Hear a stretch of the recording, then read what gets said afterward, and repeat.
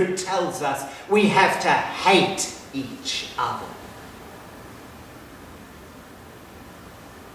So many lives are needed to prevent the outbreak of peace. Those who sleep in soft beds at night know nothing of the world which we inhabit. No one who has not lived through this himself can understand what it is like.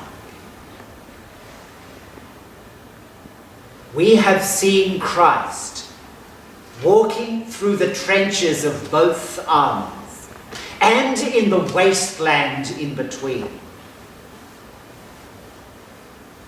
We can never again go back to life as it used to be.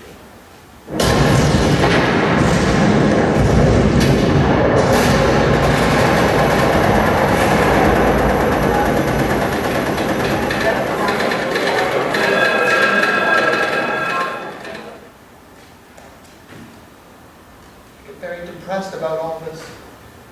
My thoughts go round and round. Ordinary people like myself can't make any impression on events. Like rabbits blinded by the lights before the hunter shoots them dead.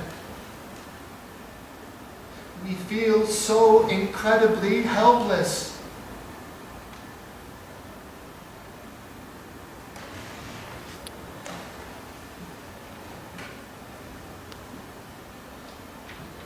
Then it came to me to request a personal interview with a certain Dr. Steiner, who has set up residence at 17 Motzstrasse. People are saying he has the answers to everything. My uncle has known him personally for years. When he was younger, he and his friends used to call Steiner the walking encyclopedia. They try to find something he didn't know about. Some obscure moth from South America, or a random date in 1802. But they never caught him out. 2 years ago, I went with my uncle to one of the man's lectures. And although I didn't understand anything, I was impressed. With Uncle too busy to do anything, I've been going by myself.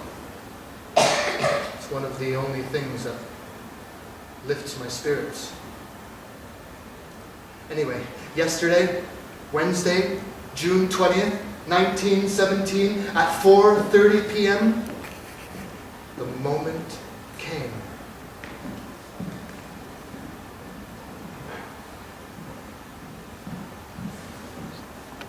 I was admitted into the great man's room. A young man came to see me this afternoon.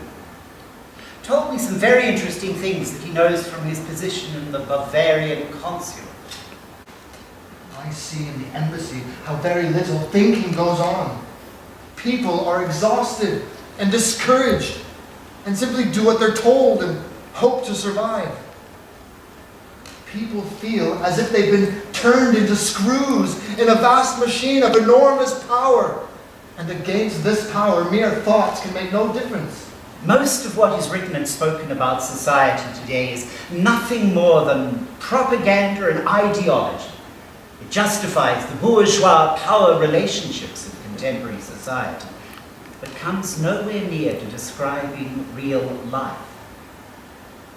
The greatest lie of economics is that a person's labor is no more than a commodity which that person sells for a price in the marketplace.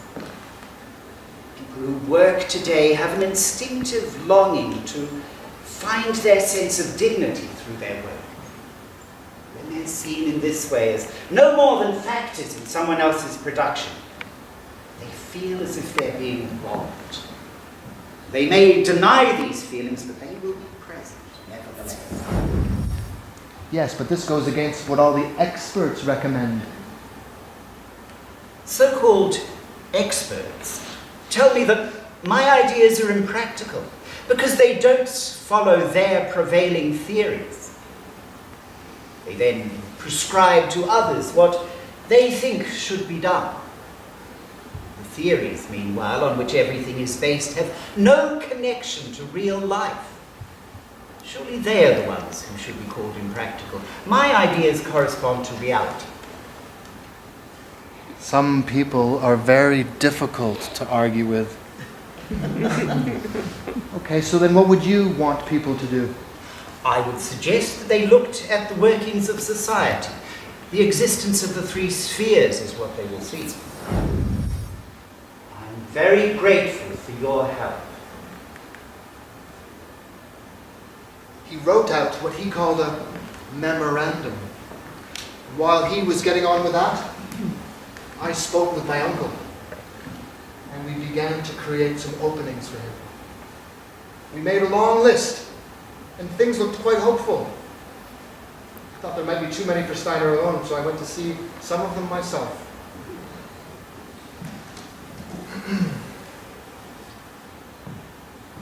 The results were not always successful.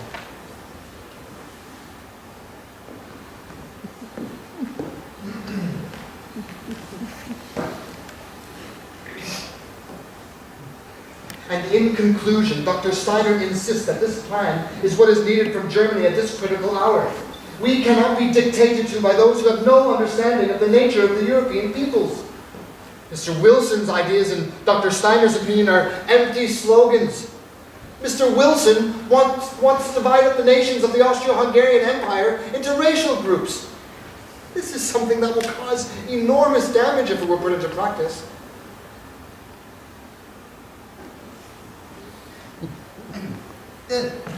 A young man, what you are saying may well prove to be extremely important. And I thank you for coming all this way to talk to me about it. However, no one has apparently told you that I am unfortunately stone deaf in my left ear. Perhaps if you said everything all over again on the other side. Yes, that would be splendid, but not now, I think. It's lunchtime. So I beg you to consider that this memorandum contains ideas that have the potential to liberate Germany and the rest of the world from the anguish of this critical hour. We cannot be dictated to by those who have no understanding of the real mission of the European peoples. Mr. Wilson's ideas and Dr. Steiner's opinion are but empty slogans. This Dr. Steiner, he's not German, is he? He was born in Kraljevic, in the Murakos region of Lower Austria. He has studied and worked in Vienna, Weimar, and Basel, as well as here in Berlin. His upbringing gives him unique insights into the multiracial ways of life of Central Europe, and especially Eastern Europe. He knows from personal experience that when Mr. Wilson calls for political boundaries to be drawn up on racial lines, that this is something that will cause grave damage if it were put into practice. Murakos. He'll be Hungarian then. I've had experience with these Hungarians, you know. They're shifty, not to be trusted. You take my advice, young man. Keep him at a good distance if he comes into your Bavarian consulate. Sir, with all respect, Dr. Steiner has broken free of his ancestry. Where he was born is not relevant, insofar that it gives him unique insights into the situation that we are facing today. What he outlines as his threefold social organism is entirely different from the kinds of theories that are in current circulation. Broken free of his ancestry? Ha! You may think that it is possible, but I say to you that leopards do not change their spots, and Hungarians relish their goulash while the bombs are falling and the curtains are being drawn and the lights are going out all across our glorious fatherland. Dr. Steiner outlines as this threefold social organism is a revolutionary document. He believes, and I agree with him on this, that it will be understood and welcomed by all who want proof that Germany is not fighting for the enlargement of her territory or for any other militaristic aim. It carries a genuine impulse for the betterment of humanity. I would like to help you, really I would, but as you see, I'm completely swamped by matters which demand my urgent attention. Surely you can see that nothing will come if we remain hypnotized and inactive by what is breaking in upon us. This is a time of destiny for Central Europe, a time to remember of what is great in our culture and forge new weapons to defend it. You have the choice to listen to the call of the times and do what needs to be done, or remain part of those who are steering our ship into great crisis and catastrophe. As I said, I would like to help, but I am not your man. You must be our man. You are in a position in which you can be effective. You at least give this meeting with Steiner a chance. Well, there may be some time in a fortnight, but you can see my secretary. I don't think it's very likely.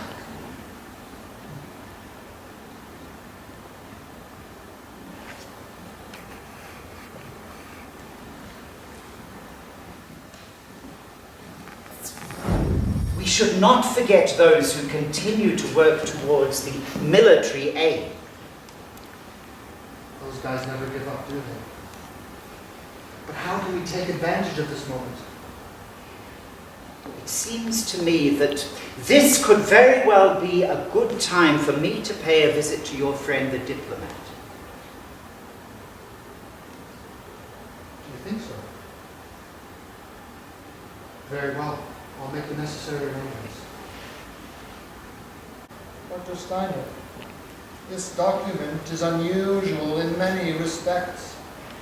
It seems that you create many obstacles to the administration of normal social democratic government. Social threefolding is an alternative to normal social democratic government. Its whole purpose is to give autonomy to the economic, cultural, and legal systems. The state, as we know it today, is an archaic relic. It must disappear. What if countries want to mount an economic blockade? Your new system would make this very difficult. Indeed, it would. You would find the countries would not be able to go to war with each other. Cultural and economic connections, along with the awareness of shared human rights, would work against hostilities that had broken out, and things would be set right, one way or the other. Oh, very unusual. Well, I shall see if the Undersecretary knows someone in the White House who might be interested. If there is someone in the White House who understands the American Constitution, then they may have a feeling for how checks and balances can be made to bring the progress that is not at the expense of human rights. Yes. But I nevertheless suspect that this document of yours may not meet with American approval. Good day.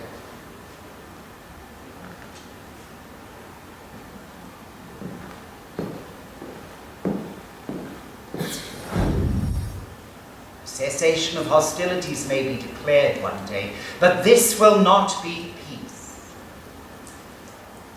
I see Europe condemned to further repetitions of this conflict on an even greater scale.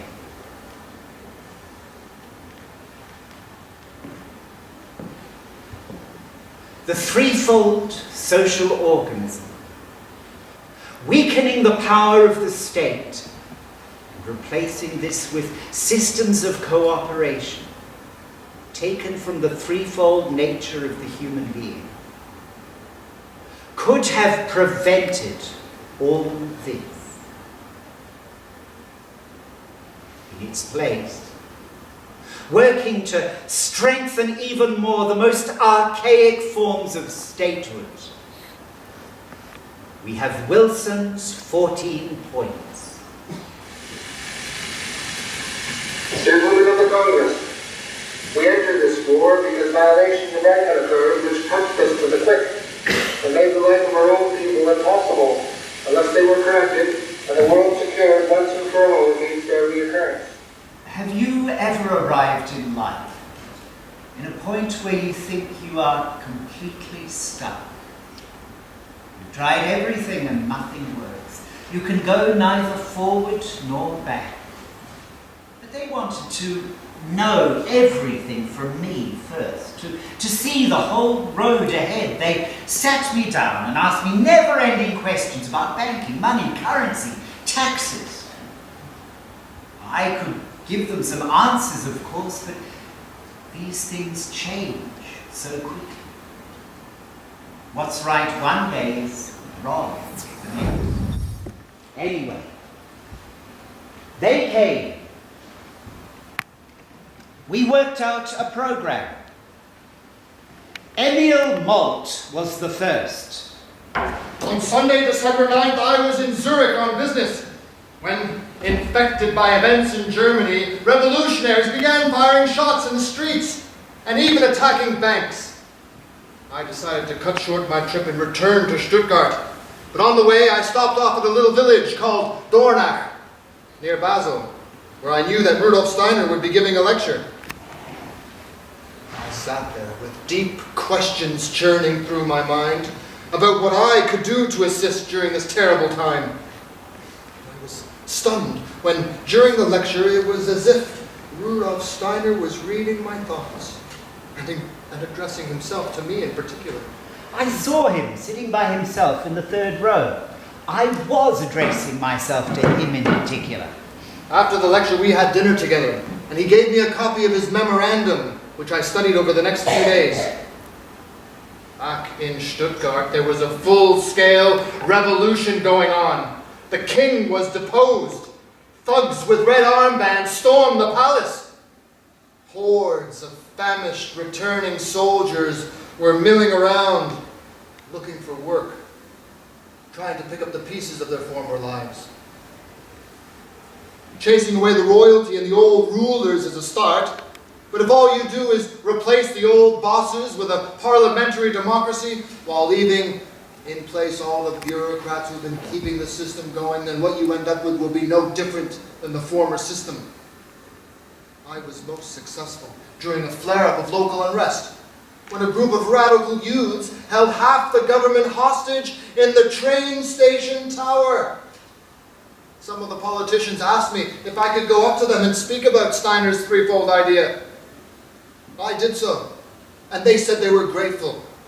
But a few days later, when the rioting had been quelled, they lost all interest in the theme of the threefold social organism.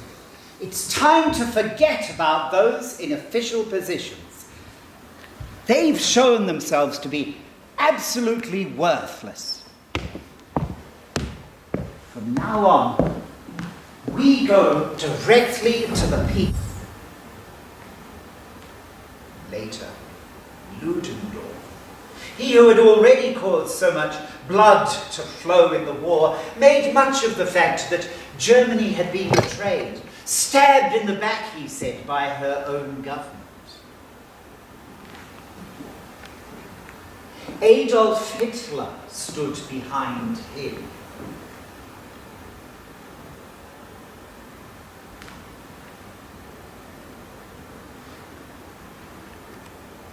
The world will not now be free of war for a very long time.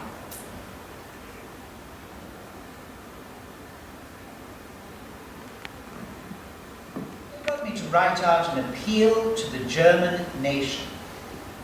I told them that if they could get me 100 signatures of prominent people, we'd print it in the papers. I'm assembling a group to do it. We'll get you those signatures, Dr. Steiner. Oh, and there's a young man hanging around Dornach with nothing to do. His name's Walter Johannes Stein.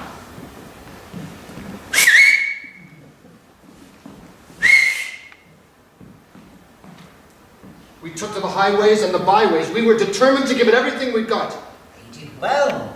I allowed myself to hope that something good would come of their efforts. Look, Hermann Hesse has just signed his name. People began giving lectures in all sorts of places. I had to give some of them a crash course in public speaking. We tried to get it across to the people that the World War arose because Germany had abandoned its true tasks of cultural and spiritual leadership. and built up an empire devoted to material benefits alone. And then suddenly, one day, when one of my workers was telling me how proud he was about his son being offered a place in a high school, it dawned on me what I had to do. Until now, education had been a means to perpetuate the old class system. But we can offer something good to those who, up until now, have been deprived of it. On the 23rd of April, 1919, I was present at a meeting of his workers when he put it to them that he wanted to start a school for their children. Some of them were a little suspicious at first, but I was delighted. This is the way to change the world, starting with what is at the heart of the spiritual cultural sphere, the education of children. I told them that I'd set aside the sum of 100,000 German marks for the enterprise. Yes, well, that will do very nicely for a start.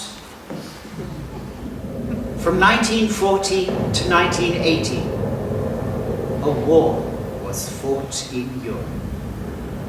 Today, it is everywhere. Its main battleground is the human soul.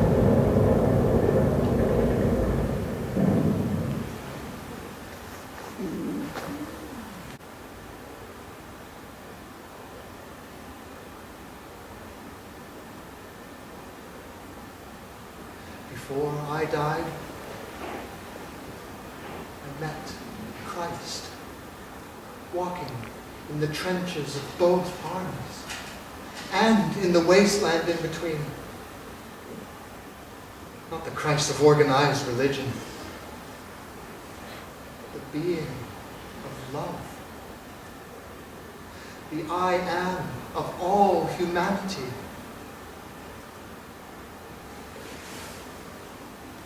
In today's wasteland, he walks there still.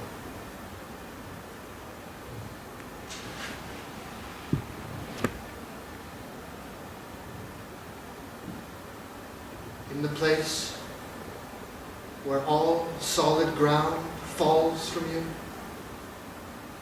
and you fear you will be annihilated,